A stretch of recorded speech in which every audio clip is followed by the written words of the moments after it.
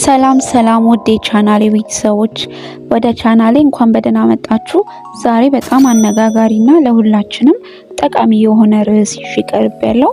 ብዙዎቻችን ረጅም ጥንካሬ ያለውና የሚያብረቀርቅ ፀጉር እንዲኖረን እንመኛለን።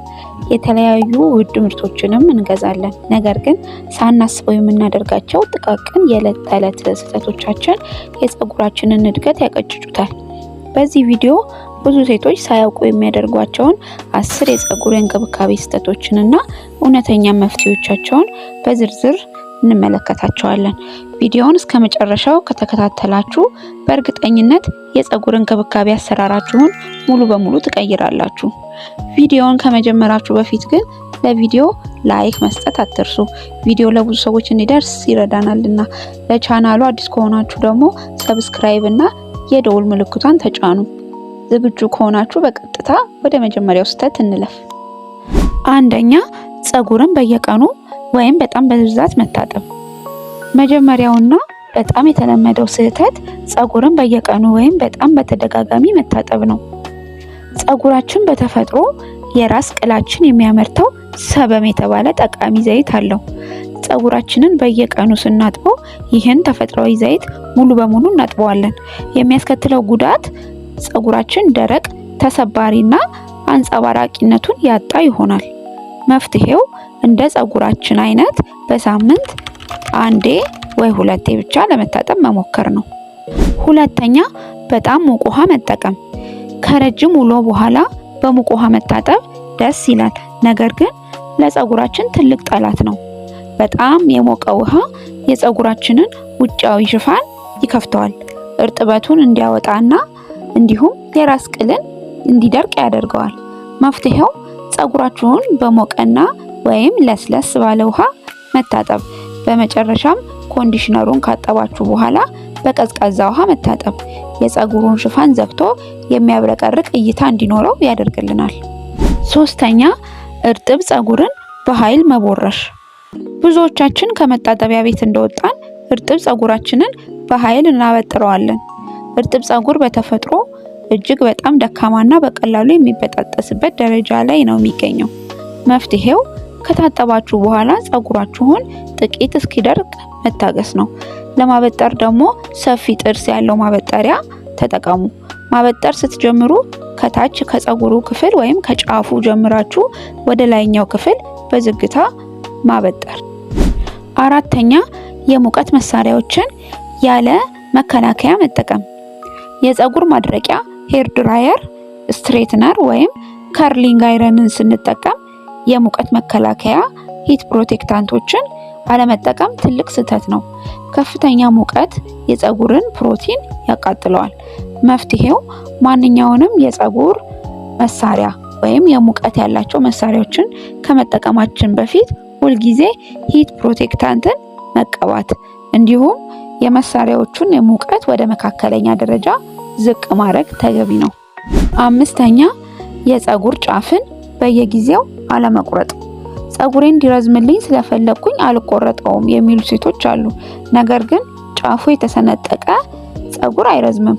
መሰንጠቁ ወደ ላይ እያደገ መጥቶ ሙሉ የፀጉር ዘንጉን ይሰብረዋል። መፍትሄው በየ2 ወሩ ወይም እስከ 3 ወር ድረስ የተጎዳውን የፀጉራችንን ጫፍ ጥቂት ኢንች መቁረጥ ወይም ትሪም ማድረግ ፀጉራችሁ ጤናማና ወፍራም ሆኖ እንዲያድግ ይረዳዋል። ስድስተኛው፣ የሰውነትን የውስጥ ጤናና የውሃ አጠጣጥ ችላ ማለት። ውጫዊ ቅባቶችና ሻምፖዎች ብቻቸውን በቂ አይደሉም።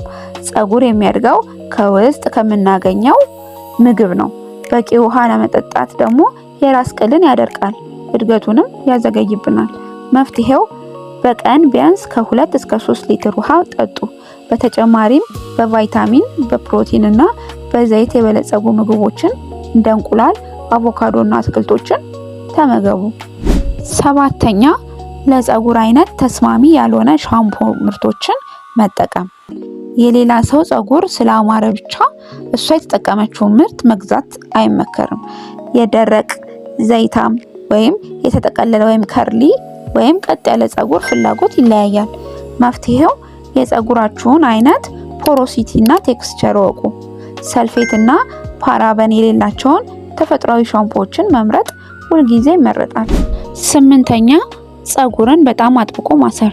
ጉንጉን፣ የፈረስ ጭራ ወይም የጉንጉን አሰራሮችን ስንሰራ በጣም አጥብቆ ማሰር በፀጉር ስር ላይ ከፍተኛ ጉተታን ይፈጥራል። ይህ ደግሞ የፊት ለፊት ፀጉራችን እንዲሸሽና እንዲረግፍ ያደርገዋል። መፍትሄው ፀጉራችሁን ቆልፎ ከማስያዝ ይልቅ ላላ ያሉ የፀጉር አሰራሮችን ተጠቀሙ። ለማሰርም ከጨርቅ የተሰሩ ሲልክ ወይም ሳተን ስክራንቺዎችን ተጠቀሙ። 9ኛ ኮንዲሽነር አለመጠቀም ወይም በተሳሳተ ቦታ መቀባት። አንዳንድ ሴቶች ኮንዲሽነር ፀጉርን ያረግፋል ብለው ያስባሉ። ሌሎች ደግሞ እስከ ራስ ቅላቸው ይቀቡታል። ሁሉም ስህተት ናቸው። መፍትሄው ኮንዲሽነር ሁልጊዜ መረሳት የለበትም። ነገር ግን የምንቀባው ከግማሽ ፀጉራችን ጀምሮ እስከ ጫፉ ድረስ ብቻ ነው። የራስ ቅል ላይ መቀባት የፀጉር ቀዳዳዎችን ይደፍናል። 10ኛ በትዕግስት ማጣት፣ በተደጋጋሚ ምርቶችን መቀየር። አንድ የፀጉር ምርት ተጠቅመን በ2 ቀን ውስጥ ለውጥ ካላየን ወዲያውኑ የምንቀይር ከሆነ ፀጉራችን ለመላመድ ጊዜ አያገኝም። ጤናማ የፀጉር እድገት ጊዜ ይወስዳል። መፍትሄው ወጥ የሆነ የፀጉር እንክብካቤ ልማድ ወይም ሩቲን ይኑራችሁ። የአንድ ምርት ውጤት ለማየት ቢያንስ ከ2 እስከ 3 ወራት በትዕግስትና በቀጣይነት ተጠቀሙ። እንግዲህ ውዶች እነዚህን 10 ስህተቶች በአብዛኞቻችን ሳናስበው የምናደርጋቸው ናቸው። ከዚህ ውስጥ እናንተ በብዛት የምታደርጉትን የትኛው ስህተት ነበር? ታች ኮሜንት ላይ ጻፉልኝ። አስታውሱ፣ ፀጉራችሁን በፍቅር በትዕግስትና በጥንቃቄ ተንከባከቡት። ጤናማ ፀጉር ውበት ብቻ ሳይሆን በራሳችሁ ያላችሁን እምነትም ይጨምራል። ቪዲዮ ጠቃሚ ሆኖ ካገኛችሁት ላይክ ማድረጋችሁን አትርሱ። ለጓደኞቻችሁና ለቤተሰቦቻችሁም ሼር አድርጉ። ለተጨማሪ የውበት የጤናና የፋሽን ምክሮች ቻናሉን ሰብስክራይብ አድርጉ።